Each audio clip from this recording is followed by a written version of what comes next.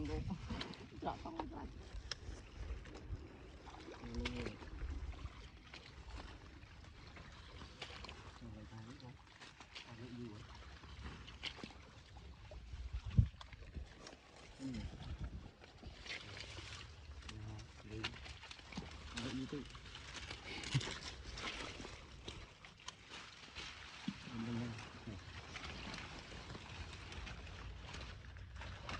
châu tế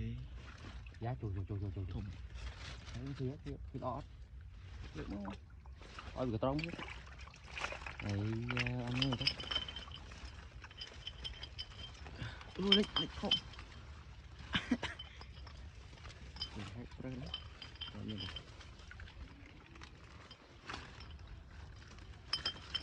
chỗ mùi hơi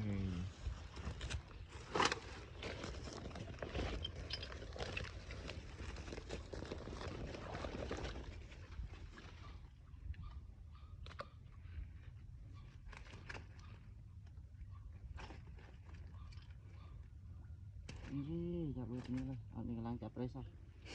khuyết chất này nè lợi tray này khuyết chất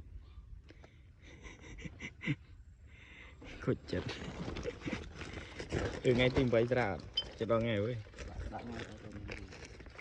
mà tí cho mình